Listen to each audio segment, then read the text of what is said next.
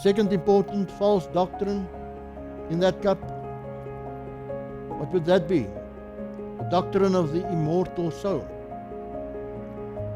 The Greek heathen concept that came into the church. The common belief that you go to heaven or hell immediately after you die. A lot of books written on this subject. 5 minutes before and 5 minutes after you die. We've looked at that book. There's also one minute after you die. Heaven and afterlife. What happens after death? Life after death, heaven and hell.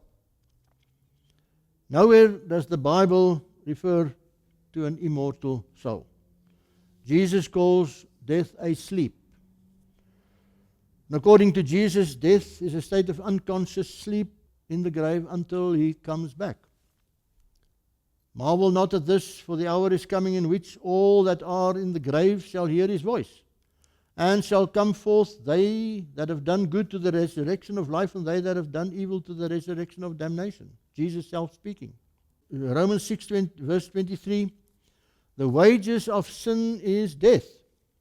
And then we see Jesus, they're telling him that Lazarus has died, his friend. And he says to them, our friend Lazarus sleeps.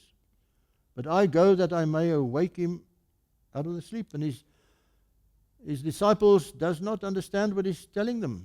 They said to him, Lord, if he sleeps, he shall do well. If he's only sleeping, he's going to get well. But Jesus saw that they did not understand what he was telling them. And the Bible states it. However, Jesus spoke of his death, but they thought that he had spoken of taking of sleep in rest. And then he says it to them straight, plain, frank.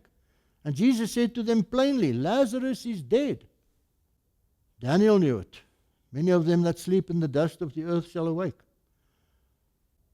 David knew it. As from where I will behold your face in righteousness, I shall be satisfied when I awake with your likeness. And then Jesus self repeats it.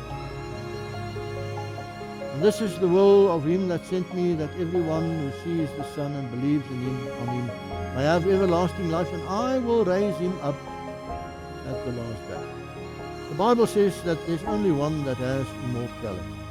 The King of Kings, the Lord of Lords, who only has immortality.